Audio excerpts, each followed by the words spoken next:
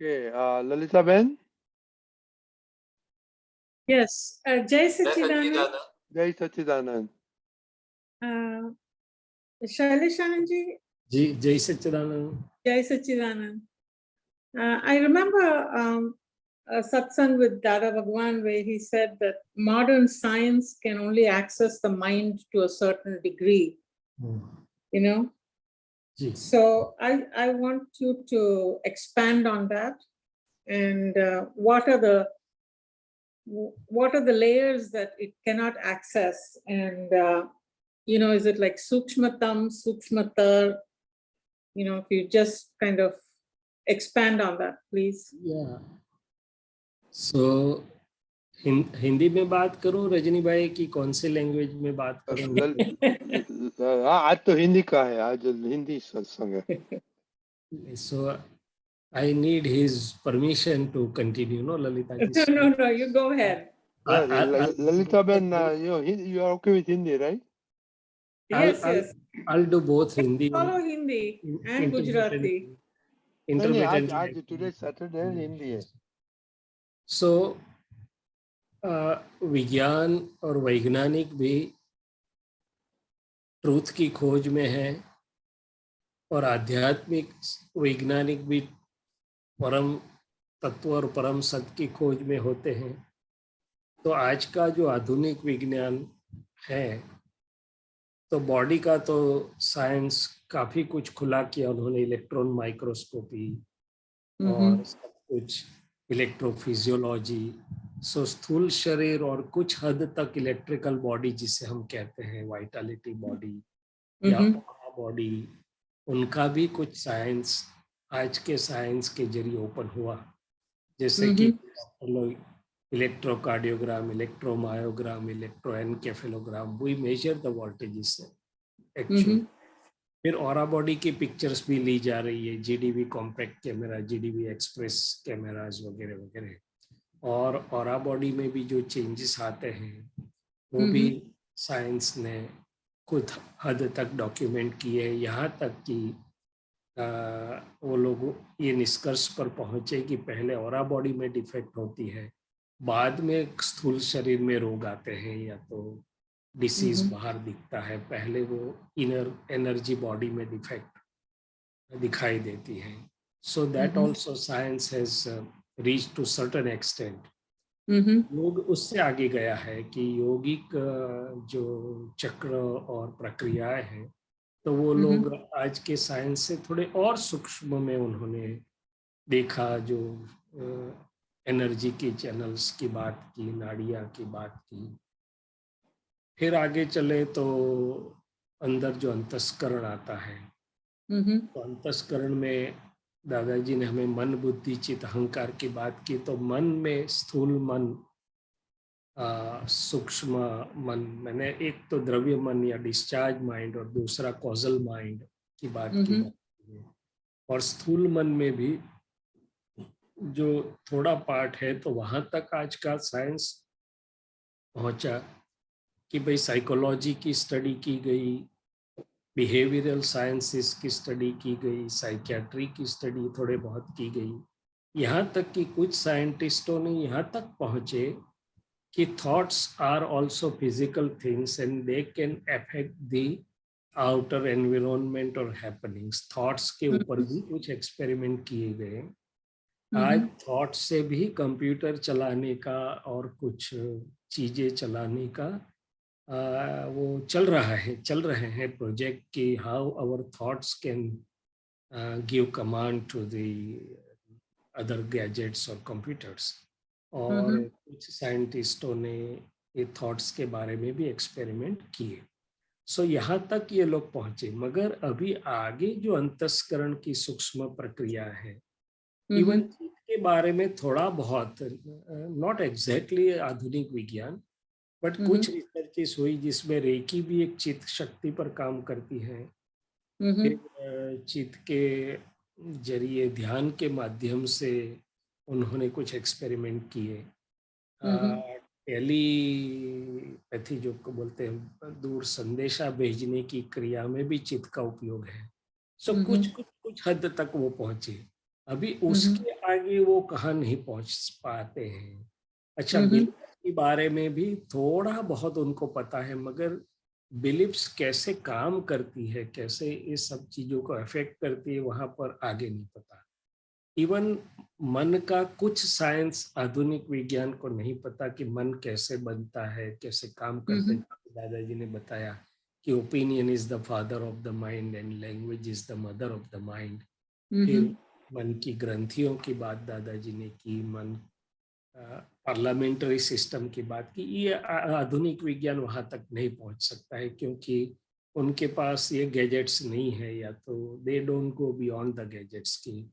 सो अंतस्करण की जो सूक्ष्म फंक्शनिंग प्रक्रिया है वो उनको नहीं मालूम। और उससे खास बात तो ये है कि भाव मन या तो कॉजल माइंड या चार्ज माइंड, वहां तक वो कोई नहीं पहुंच सकता है, क्योंकि वो बहुत सूक्ष्म प्रक्रिया है। सूक्ष्म परमाणु की जरिए वो फॉर्म हो रहा है।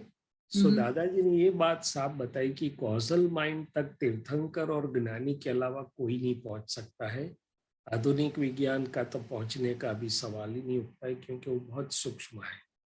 सो ये जो चेतन और जड़ मैंने पुद्गल मिल के जो प्रक्रिया होती है, विभाव भाव होता है, चार्जिंग होता है, कॉजल माइंड होता है, ये सब तक वो नहीं पहुंच पाएंगे।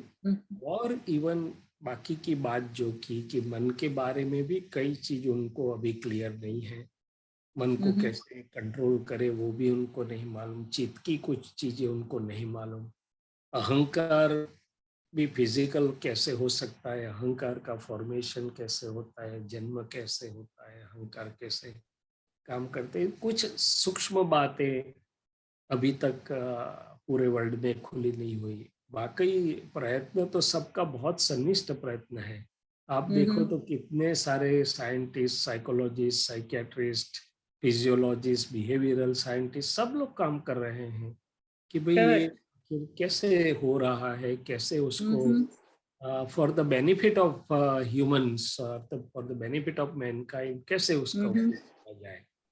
मगर कुछ हद तक उनको पता है, आगे का उनको पता नहीं है। इसलिए दादाजी ये भी बोलते थे कि भाई मेरा यही इच्छा है कि मैं वर्ल्ड के सभी साइंटिस्टों को इकट्ठा करूं, उनके सभी प्रश्नों का जवाब देने की मेरी इच्छा है, उनको सभी खुलासा करने की, क्लैरिफिकेशंस देने की मेरी भावना है, ताकि वो लोग अपनी भाषा में वो समझे और फिर अपनी भाषा में लोगों तक ले जाए तो लोगों का कल्याण।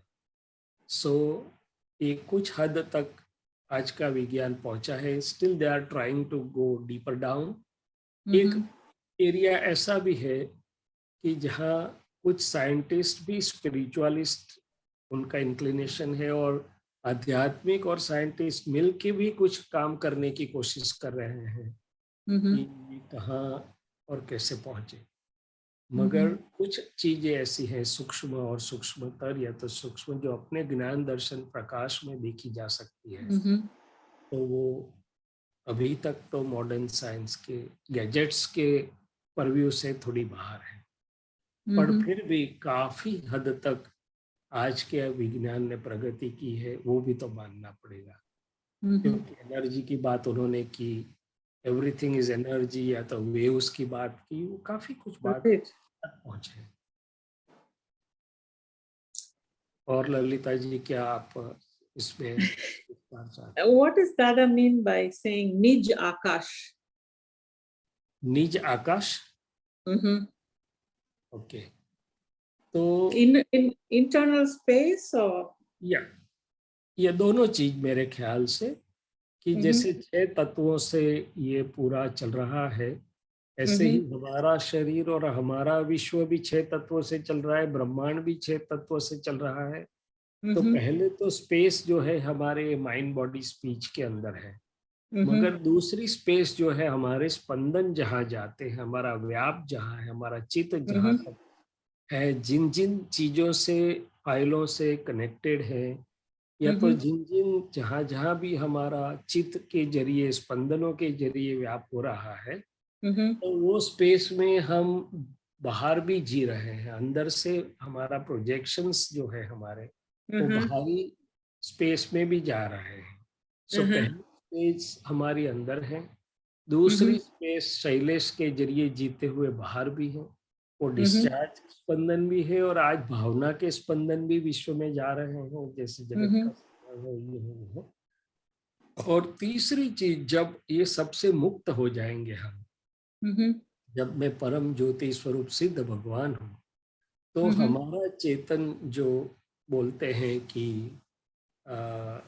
अल्टीमेट लास्ट बॉडी के 2/3 1/3 जंक्शन के आकार से वहां रहता है, तो वो हमारा अल्टीमेट निज आकाश मैंने वो अल्टीमेट होगा। बट अभी जो निज आकाश है ये शरीर का पहला अंदर का, और दूसरा व्याप जहां पर हमारा है। तो एक पद में कविराज ने लिखा है कि व्यवस्थित व्यापक ने खोड़े छे, मैं जहां जहां भी एक्सपांड हुआ हूं बाहर, through my files, through my vibrations, through my connections, through my अनुभव, तो वहां वहां व्यवस्थित मुझे ले जाएगा। तो उस जरिए वहां भी मेरा आकाश मेरा व्याप है, और हमारे सबके आकाश इंटरकनेक्टेड भी है वापिस, क्योंकि एक दूसरे फाइलों के साथ जब व्यवहार आता है तब वो इंटरकनेक्टेड आकाश भी है। सो आकाश एक तत्व है, मगर ये अलग अलग अपेक्षा से हम समझे तो उसको हम निजाकाश मैंने शैलेश के स्वरूप में, डिस्चार्ज स्वरूप में भी, शैलेश की भावनाओं की नई भावनाओं के स्वरूप में भी, और अंदर में मेरे शुद्धात्मा का और ये मनवाणी का। That's really profound. Thank you, Shailesh Anand ji. Thank you. यहाँ बैठे बैठे भी कई जगह पे हम हो सकते हैं, और दादा भगवान रूम में बैठे बैठे पूरे विश्व में घूमते थे।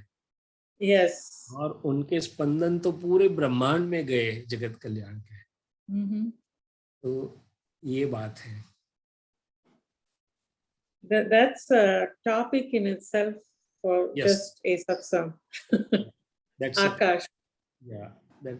Akash. Yeah. So Akash provides the space and Akash also provides the medium. दोनों चीज करती है आकाश। Correct. Thank you. Jai Sachidanand. Jai Sachidanand.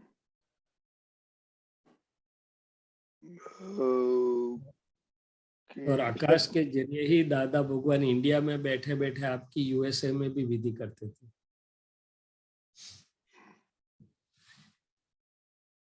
हाँ,